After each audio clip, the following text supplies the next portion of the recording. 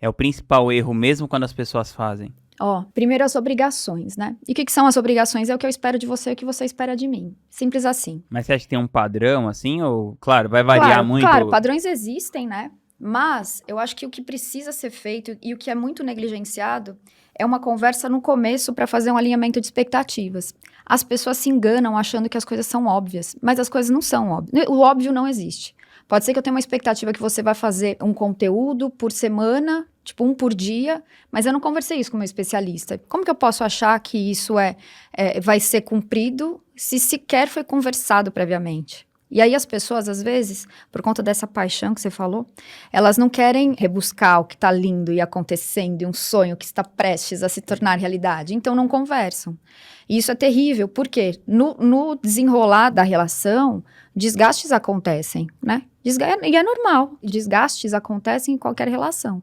Agora, quando você tem aquilo colocado num contrato, você tem como dar um respiro, falar, então, vamos lá, vamos ver novamente o que foi acertado? E aí você tem oportunidade de dar um restart no que está se desgastando. Quando não tem, é bola de neve. E às vezes, algo muito, muito bobo acaba acabando com um sonho. Com aquilo que vocês estavam extremamente apaixonados, assim, acaba, por besteira. Mas por quê? Por conta desse desgaste no dia a dia. Então, primeira coisa, Vinhas, para ter um contrato, é um alinhamento muito importante de expectativas, que aí juridicamente falando é a descrição das obrigações das partes, né? Das obrigações dos parceiros, né? Aí vem lá dos especialistas, o que se espera dele, o que se espera do estrategista. E, assim, a gente sempre fala que o contrato, ele existe para não ser executado, né? Para não, a gente sempre, assim como quando a gente casa com alguém, a gente quer que termine, mas no momento de uma rescisão, pode ser muito crucial. Eu tenho diversos casos no escritório de pessoas que fizeram projetos sem contrato e é na hora da rescisão que o bicho pega, né? E aí, quando você tem um infoproduto, por exemplo, que veio pronto do especialista e a agência ou o estrategista ou o lançador, quem quer que seja, faça essa estratégia para vender, de quem que fica, né? E o ativo das redes sociais? Porque o ativo das redes sociais você, com estratégia, consegue fazer dinheiro com ele.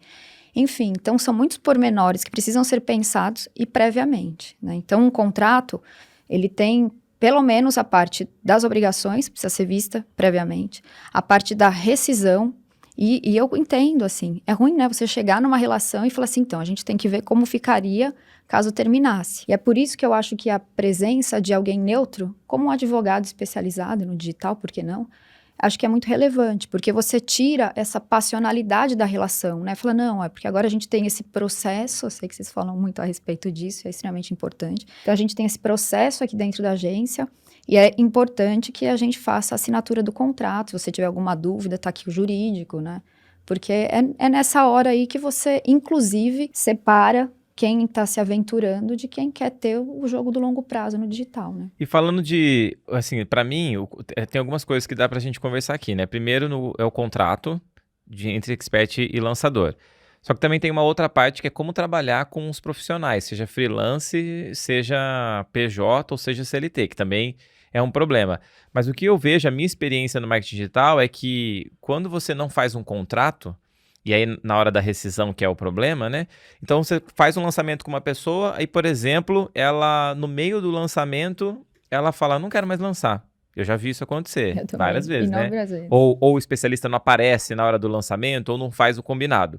Se você tiver um contrato onde está escrito, olha, se você não fizer a sua parte, multa, e a multa é de tanto, ou você tem que pagar todos os gastos do lançamento. Porque se a pessoa não paga e não faz o lançamento, depois sobra todo o prejuízo para você. Isso é um problema, né? Outro problema, por exemplo, que pode acontecer é você produz o curso com a pessoa, produz a cópia do lançamento, a pessoa faz um lançamento maravilhoso. Aí no próximo lançamento a pessoa fala assim, então, acho que o seu percentual está muito alto, quero diminuir quanto você ganha. Se está em contrato, não existe isso de diminuir, porque está ali e a pessoa tem que cumprir aquele prazo. Outro problema, a pessoa fala assim, muito legal, obrigado, vou lançar uma energia lá.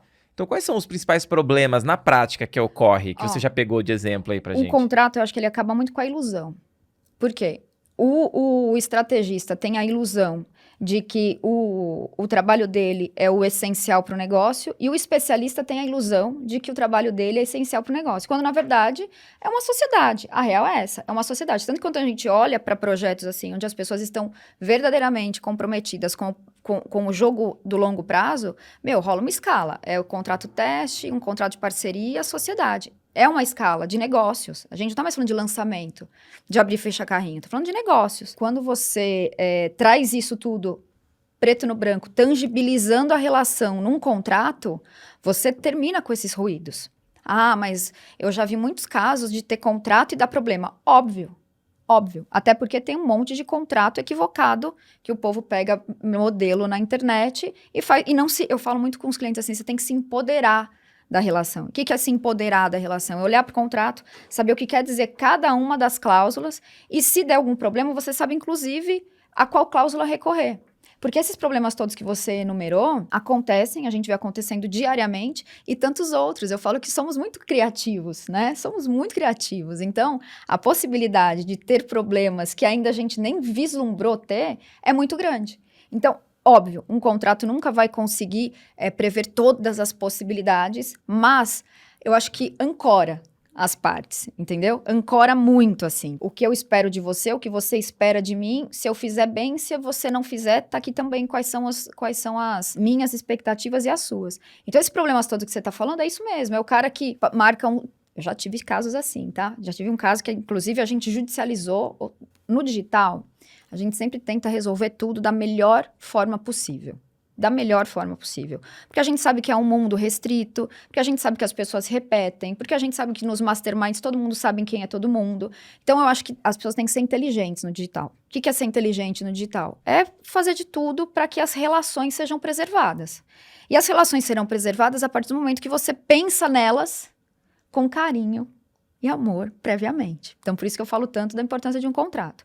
E aí, já teve caso, e a gente está judicializando, ou seja, não deu mais para tratar com carinho e amor, tivemos que mandar... Aí é gostosinho que a gente mete o pé no peito, né? Que a gente teve que judicializar, ou seja, virou processo, que eles estavam iniciando já a captação de lead, já estavam, ou seja, um projeto que no último ano tinha já batido múltiplos 7 dígitos, tinha uma projeção aí de mais múltiplos 7 dígitos para o ano vindouro.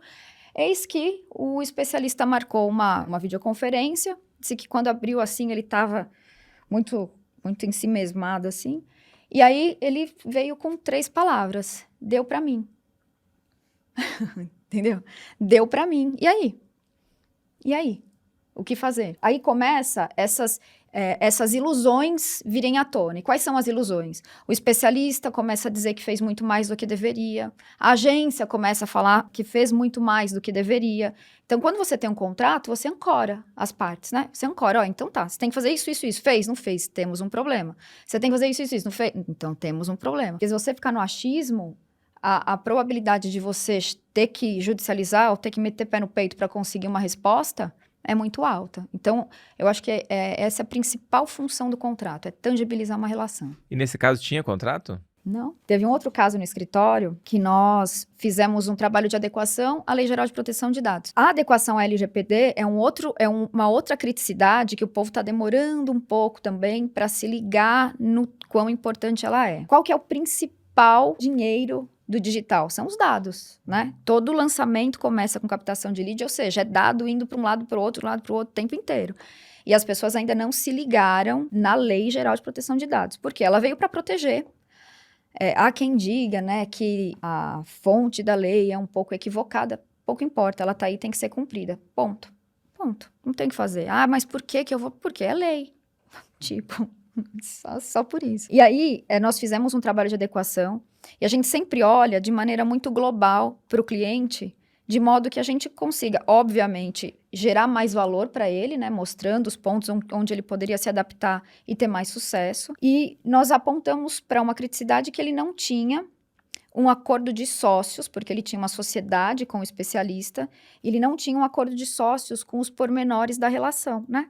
Quem fica com quem, com o quê, quem faz o quê, enfim, as obrigações bonitinhas ali. Porque num contrato social de uma sociedade limitada simples, você não tem pormenores. Você tem ali dizendo que é uma sociedade limitada, você tem ali dizendo quais são as cotas de cada um dos sócios, mas você não tem, né? Quem faz o quê? No caso de dissolução, quem fica com o quê? Enfim, não tem. E isso se resolveria com o acordo de sócios. E nós fizemos esse alerta para o cliente, né? Olha, aqui seria importante fazermos isso, e aí vem a ilusão.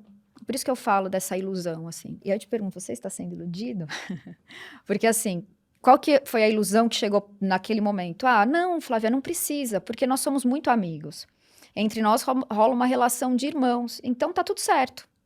Só que não tá tudo certo. Inclusive, uma relação bem delimitada inicialmente preserva relações, né? Preserva relações. Infelizmente, essa relação foi quebrada, justamente porque poucos meses depois, o especialista, não foi nem o especialista, foi o pessoal da agência, né? O dono da agência queria ter uma porcentagem maior por conta do tanto de trabalho. A gente sabe, né? O quanto que dá trabalho você fazer um lançamento. Enfim, e a relação foi quebrada. Então, assim, olhar... Mas na prática, né, quando não tem contrato, não tem o que fazer. O especialista vira as costas, fala, não vou fazer mais lançamento, e a agência fica lá com os funcionários, com o lançamento, com tudo parado. Porque É você assim. pode, a pergunta é, você pode usar os vídeos gravados da pessoa para fazer outros lançamentos, se isso tem contrato, né? Você pode falar se você vai usar isso ou não. Senão, do dia para noite, você não tem mais lançamento para fazer. Até porque quando você fala do vídeo gravado por uma pessoa, o direito autoral é daquela pessoa, né? A imagem é da pessoa, a voz é daquela pessoa, enfim. Então, você tem que respeitar minimamente isso daí.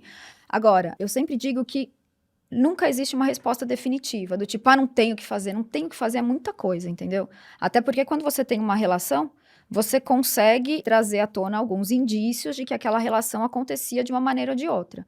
Agora, você está disposto a comprar essa briga? A gente está dentro de um ordenamento jurídico onde o marketing digital é novidade. É novidade para todo mundo. Quanto tempo vai demorar para você conseguir provar que focinho de porco não é tomada, para que você tenha uma resposta adequada à sua indagação judicial? Então, assim, o melhor dos mundos para o digital é cuidar previamente dos problemas que podem acontecer. Então vamos lá, a pessoa tá ouvindo o nosso podcast, já entendeu a importância dos contratos e tudo mais. O que você recomenda, assim, a pessoa tá sem grana, não consegue contratar um advogado, ela pega um modelo, ela manda um e-mail e formaliza o possível? Qual que é a recomendação para quem tá realmente começando e tá com falta de caixa ali para fazer? Primeira coisa é olhar de frente para possíveis problemas. Sabe aquela coisa, melhor um sorriso amarelo agora do que depois ficar vermelho de raiva. É isso mesmo, é chamar para conversar e colocar no papel. Colocar no papel, então eu espero de você isso, espero de você aquilo. Por quê? Minimamente, a gente tem aí o princípio da boa-fé agindo, né? E as pessoas tendo essa relação um pouco mais tangibilizada mesmo. Já usei essa palavra. E acho que é isso mesmo. Acho que formalizado é muito, entendeu? Porque a gente tá falando de um papel com as obrigações, né? Mas é um primeiro passo para que, diante do princípio de boa-fé, onde a gente presume que as partes estejam ali de boa-fé para contratar, as obrigações estão ali claras para ambas as partes. Por quê? Quando no meio do caminho, né? Porque é uma jornada, né? Então, você começou a jornada ali, zeradão de grana. Quando você começar a colher os frutos, ou então a passar por alguns obstáculos, vai ser o momento de você olhar para o que vocês acertaram lá atrás. E pode ser, inclusive, eu sempre falo isso para os nossos clientes lá, que, contratos são organismos vivos, assim, porque as relações mudam, porque o ecossistema muda, porque as expectativas mudam. O importante é que tudo esteja sempre colocado de forma muito objetiva num documento, né? Eu falo de contrato aqui, mas quando você traz aí à tona a galera que está começando, é importante que tenha... Qual que eu acho que é o grande problema de pegar um modelão da internet? Uhum. As pessoas não leem o que está lá. E aí, às vezes, estão assinando um negócio, tipo, nada a ver. Vou te dar um exemplo do offline, tá? Uhum. Eu tenho... Meu escritório já presta assessoria jurídica faz muitos anos e teve uma empresa... Hoje, essa empresa já está comigo faz, acho que, 13 anos, como cliente do escritório. E ela entrou no escritório pelo seguinte... Eles estavam começando a contratação de representantes comerciais, e aí falou pro cara lá do head de vendas, então a gente precisa de um contrato. O que o cara fez? Foi lá no Google, no site do sindicato dos representantes comerciais, catou o modelão, mandou ver.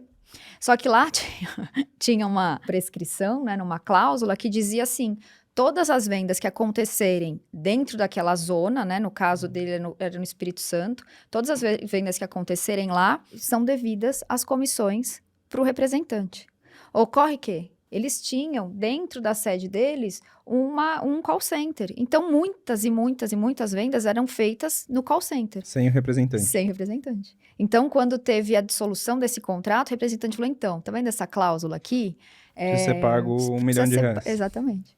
Foi exatamente isso. Então, assim, qual que é o grande risco, né, de modelos da internet?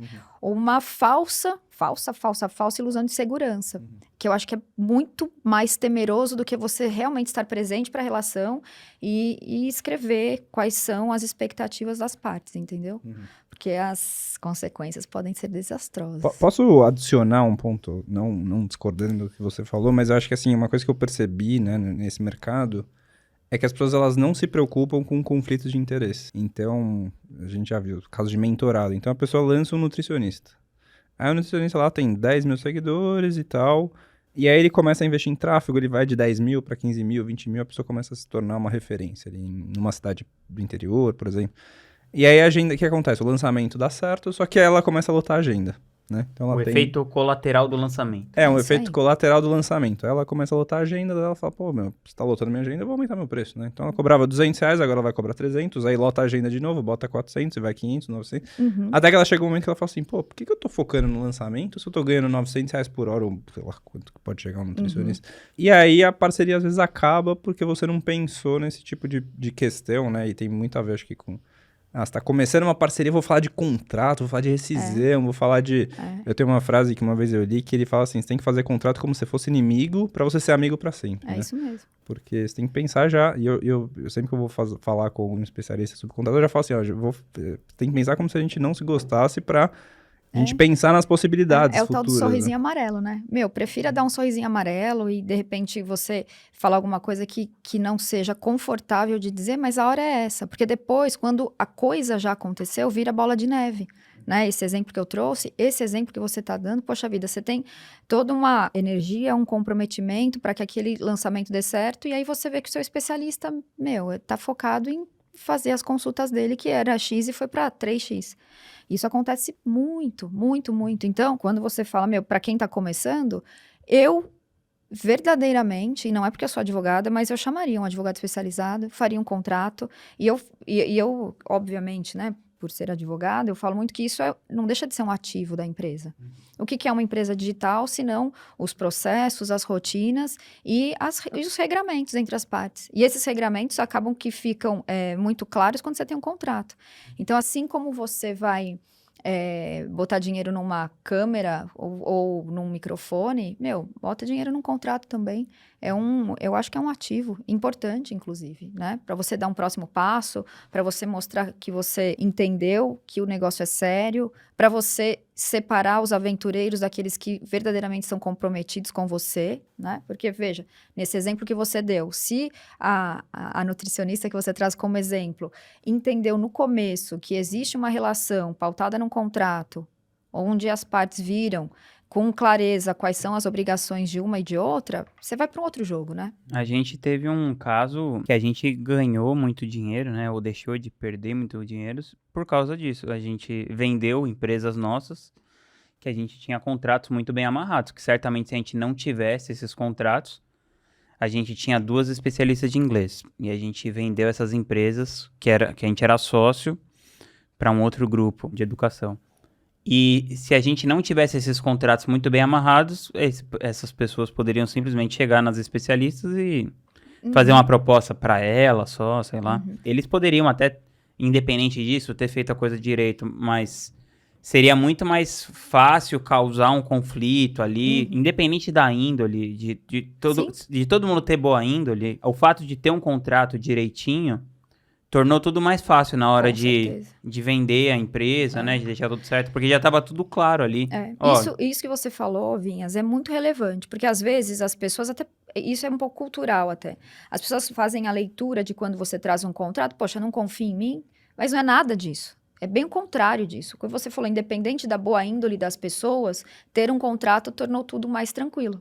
E é bem isso mesmo, é você ter trazer essa tranquilidade. E eu fico muito feliz desse nosso bate-papo aqui, porque eu vejo como uma das minhas grandes responsabilidades, assim, propósito mesmo, é trazer educação para esse nicho, né? Assim como vocês e tal, mas estou dizendo de educação jurídica, vai. Porque as pessoas ainda são muito, muito amadoras nesse Sim, quesito. porque a gente sempre teve essa ideia, eu percebi que uma das diferenças assim, que a gente tinha é que a gente já tinha uma certa maturidade empresarial. Maravilhoso. E aí a gente já pensava nisso. Bom, e se a nossa empresa for vendida um dia, quando a nossa empresa vai ser vendida, as nossas empresas sempre estão preparadas para serem vendidas. Então a gente se preparou, inclusive juridicamente, para isso. E a maioria das pessoas nem cogita. Isso pode acontecer. E aí, quando no nosso caso aconteceu, a gente estava preparado.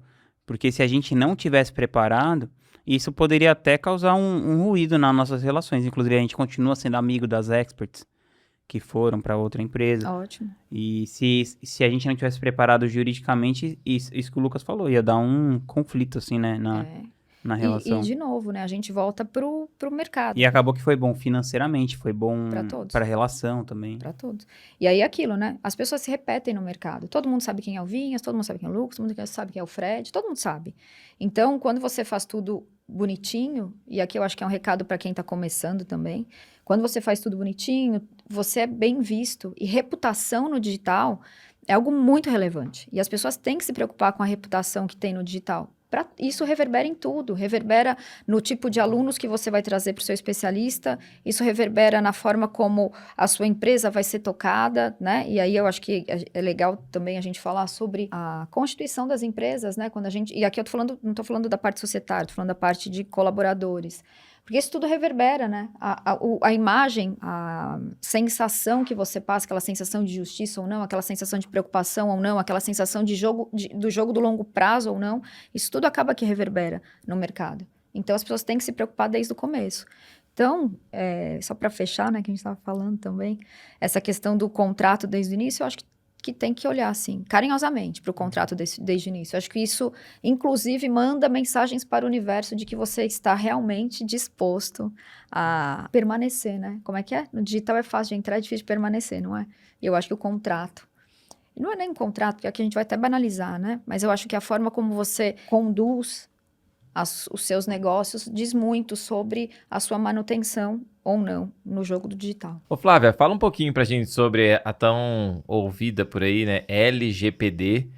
O que na prática a gente precisa fazer, a gente precisa se adequar. Tem gente que tá começando no digital, tem gente que já tá aí há um tempinho, e tem pessoas que já são grandes, né, no digital. Alguns estão adequados, outros não. E qual é a consequência prática? Por que eu tenho que olhar para isso aí nesse momento? A Lei Geral de Proteção de Dados veio para proteger mesmo os nossos dados, meu, seu, do Vinhas, do Lucas, os nossos dados, porque nunca utilizamos tanto os nossos dados como dinheiro, né? Então, quem nunca deixou um CPF na farmácia para não receber um descontinho no remédio, né? E é isso é essa troca frenética de informação por algum benefício que veio ser olhada, né, pela legislação do mundo todo. Então, quando a gente olha para o digital, onde não existem fronteiras, não existe limite territorial, quando os players se ligarem da importância do carinho com os dados pessoais, isso daí também vai mudar muito o jogo, porque você vai começar a jogar o jogo que o mundo todo está jogando, que é ter esse cuidado e esse critério na utilização dos dados. E aí, o povo fala, mas meu Deus, estar de acordo com a lei, ou é muito caro, ou é muito difícil. Na real, não é. Na real, não é. Porque é assim que funciona. Ó. Na lei, a gente tem 3 pontos que precisam ser vistos. Os direitos dos titulares dos dados, as possibilidades de base legal para tratamento dos dados e os princípios. Bom, o que são os dados pessoais? São os dados que individualizam a cada um de nós, né? Então, nome, RG, CPF, óbvio, mas qualquer outro que traga algum indício de que você é você. Por exemplo, você está numa empresa onde cada um tem o seu computador, então pelo ID eu consigo saber que aquela determinada informação foi prestada pelo Fred.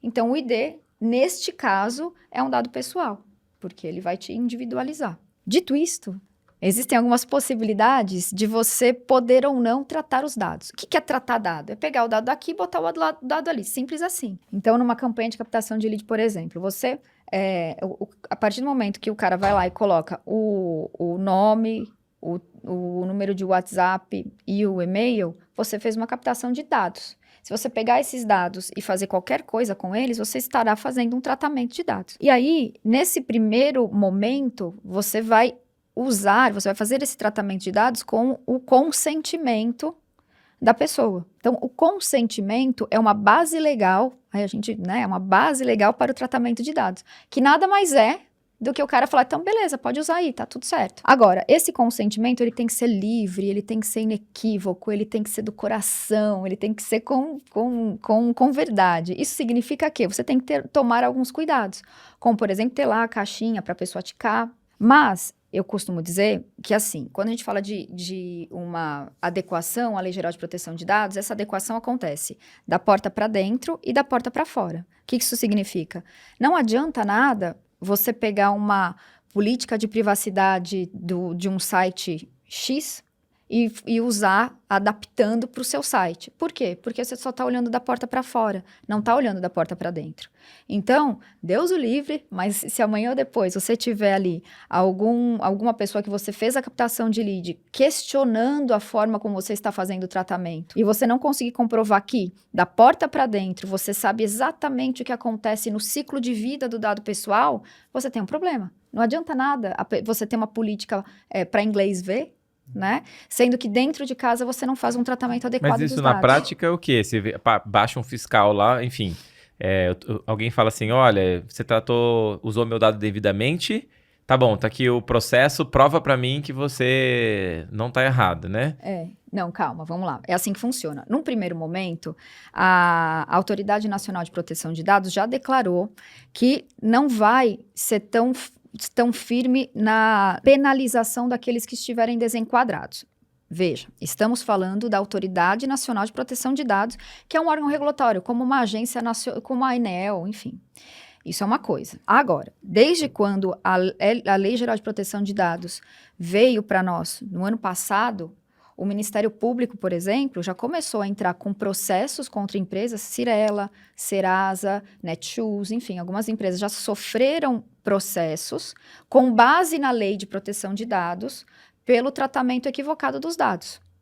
Então, quer dizer, ainda que a Autoridade Nacional de Dados esteja preocupada na educação de todos nós para o tratamento dos dados, a vida real é a vida real. Então, nós temos, por exemplo, a questão de uma pessoa que tenha entrado num lançamento seu, depois tenha pedido para sair da sua lista de captação, enfim, sair da sua lista, e aí você, por não ter dentro de casa um procedimento, um processo, ter um DPO bonitinho para fazer, por exemplo, a exclusão daqueles titulares de dados que não queiram mais estar ali naquela lista, você está trazendo um passivo. Por quê? Pode ser que o cara falar, então, viu, eu pedi para o Fred para sair da lista dele e ele não me tirou da lista, eu continuo recebendo e-mail marketing, eu continuo recebendo ligação, eu continuo sendo abordado pelo lançamento do especialista XPTO. E aí você pode, amanhã ou depois, sofrer uma ação por indenização, por danos morais, porque o cara não queria estar ali e você não cumpriu com o que ele te solicitou. E a lei é clara. Se o titular do dado pede para você fazer uma retificação de dados, tipo, viu, Fred, meu nome é Flávia, não é Frávia. E aí você me manda de novo, por exemplo, um material com Frávia. Você não cumpriu. Pô, Fred. Pô, Fred. Pô, Fred. Não, mas é real, assim. E quando esses exemplos que eu trago são todos com base na lei. Então, quando eu falo dessa questão da retificação de um dado equivocado, está lá na lei, dentre os direitos dos titulares, o direito à retificação. Quando eu falo para você do tratamento, de pegar o dado daqui para lá, a lei é clara nas hipóteses de tratamento. E quais são as hipóteses de tratamento? Quando o titular do dado dá consentimento. que é que eu tô falando para você, da captação de lead, que o cara fala, beleza, pode usar meus dados aí Lá na página de captura tem que ter a caixinha dizendo, pode usar meus dados. Então, estamos aqui usando uma linguagem muito simplória, que é inclusive o que eu sugiro sempre para o cliente, né? Que quando a gente faz uma adequação, a gente tem muito cuidado, por exemplo, nas copies dos checkbox e tal, para que não haja impacto na atração de vendas e nem no aumento do custo da lead, né? Porque isso tudo acaba sendo impactado, não adianta. Mas a gente sempre faz de um jeito, entendendo a audiência da empresa, entendendo quem é que vai ali dar o check ou não, qual seria a copy mais atraente, para que a pessoa não pense, então não vou dar, deixa para lá. Porque aí também acaba impactando no resultado do lançamento, né? Mas tem que ter esse cuidado. Mas agora, para quem está entrando no marketing digital, o que a pessoa faz para se adequar à LGPD? É difícil, né? Então, acho que Pra quem tá Qual o aqui... primeiro passo? ter muito bom senso, entender assim, momento de captura de lead, você tem que ter o consentimento do cara, você tem que ter o consentimento, não tem como você tratar um dado sem que o dono do dado não permita. Colocar o nome e e-mail e falar quero me inscrever, isso não é suficiente para dar o consentimento. Se for só se inscrever, ok, mas nunca é só Não, se você vai inscrever, pegar e vai né? mandar o cara pro grupo do WhatsApp. Exatamente, isso tudo tem que estar muito claro. Às vezes, você tem que deixar isso muito claro numa política de privacidade, porque aí você coloca assim, coloca lá no checkbox, um exemplo. Tô dando consentimento de acordo com a política de privacidade, você deixa ali o link da política para a pessoa, se tiver interesse, ler. A maioria das pessoas não lê, não sei se isso é bom ou ruim, mas geralmente é nessa política que você fala tudo que você vai fazer com os dados da pessoa, né? Colocar em grupo de WhatsApp, mandar material, depois enfim. Aí é na política que você traz o pormenor do que você fará com o dado. O que é importante de ser feito. Caso não seja, você tem um possível problema. Você tem uma pergunta, né? A Apple, não sei o quanto que você acompanha, mas ela basicamente é uma empresa que está focando muito recentemente nessa coisa da privacidade. E aí, na verdade, até dá para pensar o porquê que ela quer fazer isso, né? Porque dentro do sistema dela, ela fala que lá tá seguro. Exatamente. Enquanto não sai de lá, estando dentro da Apple, tá tudo bem, né? E aí, ela sendo a própria Apple, ela pode vender anúncio, ela pode vender outras coisas e tal. Você já tá se preparando para essa mudança, né? Porque os cookies, por exemplo, vão morrer, né? Vou falar de uma maneira bem... tentar simplificar. Basicamente, um cookie seria como se fosse uma etiquetinha. Então, eu entrei lá no site do lançamento do Fred, coloco uma etiquetinha em você, então eu sei que eu posso reimpactar você, né? Então, eu mando um anúncio, enfim, isso vai acabar, né? Justamente por causa dessa questão dos dados e tal. Você já está se preparando para esse momento desse tipo de coisa acabar e a gente ter cada vez mais essa preocupação, né? Tem a LGPD, tem a GDPR, se eu não me engano, que é a europeia, né? Então, enfim, como que você está se preparando e como que as pessoas que têm empresas e que estão nesse momento deveriam se preparar? A nossa legislação é quase que um espelhamento da GDPR, né? Porque a nossa lei veio muito da legislação europeia, o que é bom porque a gente acaba se enquadrando no que o mundo está dizendo, né? Então, isso é muito bom. Olha só como as coisas são complicadas. Quando a gente fala de adequação à Lei Geral de Proteção de Dados, em que pese a lei tá vigente desde o ano passado e a gente já saber que ela iria chegar há muito tempo, né? Até hoje, a galera ainda não se adaptou. O tempo passou, em agosto desse ano, as penalidades previstas na lei já podem ser aplicadas e o pessoal ainda não se adequou. E aí, junto com isso, tem todas as modificações mundiais de acordo com os dados pessoais. E quando você traz a parte romântica da proteção de dados, isso é uma licença poética para que você faça grandes coisas, como, por exemplo, o que a Apple faz no resguardo dos dados pessoais, né? Onde eu quero chegar? As transformações acontecerão o tempo inteiro. Agora, culturalmente, as pessoas se adaptarem é um grande desafio. É um grande desafio. Uma vez eu conversei com o Vinhas, aí eu falei para ele, a gente estava falando sobre resultados dos alunos e tal, né? Ele falou assim, gente, mas se as pessoas sabem que tem que se hidratar e não se hidratam, pensar nesses pormenores, nos bastidores nós pensamos. Tanto que quando a gente faz todo o mapeamento, porque como que é um projeto de adequação à Lei Geral de Proteção de Dados? Ele tem etapas, né? No escritório, nós temos 4 etapas. Uma delas é o mapeamento, onde a gente conversa com cada um dos heads da empresa, né? Das áreas que fazem tratamento de dados, e aí a gente vê como é que eles lidam com os dados no dia a dia. E é nesse mapeamento que a gente chega e faz as adequações com o mundo ideal. Só que a gente sabe que para dar match no mundo ideal, Às vezes você acaba tendo que mudar muito um processo interno e aí não é viável naquele momento. Então, assim, por mais que a gente tenha o desenho do mundo ideal, olhando para todos esses impactos, sabe? Da Apple, os impactos que a gente já vislumbra agora com a chegada da Autoridade Nacional de Proteção de Dados, teremos mudanças assim, não mudanças, mas algumas lacunas da lei que dependem, inclusive, de algumas normatizações da Agência Nacional de Proteção, da Autoridade Nacional de Proteção de Dados, vão chegar. E aí a gente tem que estar muito olhando para isso, né? Então, nós, dentro do escritório, estamos dentro de muitos grupos de discussão de LGPD, justamente para trazer essas novidades. E aí a gente faz um filtro interno para que essas novidades não impactem negativamente na atração de vendas dos nossos clientes, né? Porque a gente sabe que se tem um mercado que usa muito dados pessoais, é o nosso aqui, né? O mercado do marketing digital. Então, estamos muito antenados, mas com filtro para que isso não impacte negativamente nos negócios. Bem legal. Ô Flávia, para saber mais sobre a LGPD, o que a pessoa faz? Quem está nos ouvindo? Olha, eu acho... Contrata o escritório da Flávia. É isso. Arrasta para cima. Pra pessoa te acompanhar, como que ela faz pra te seguir, Flávia? No meu Instagram é flaviamaria.adv. E no meu Instagram eu falo muito com outros colegas advogados, né? Porque eu trago aí essa novidade mesmo, dessa terceira fase da advocacia, que tende a ser muito poderosa para aqueles que acordarem, assim. Os que não acordarem vão ficar no caminho, tenho certeza disso. Então, lá no meu Instagram, flaviamaria.adv, eu falo sobre exatamente isso. Os advogados que tiverem essa clareza que hoje nós temos, vão virar a chave na sua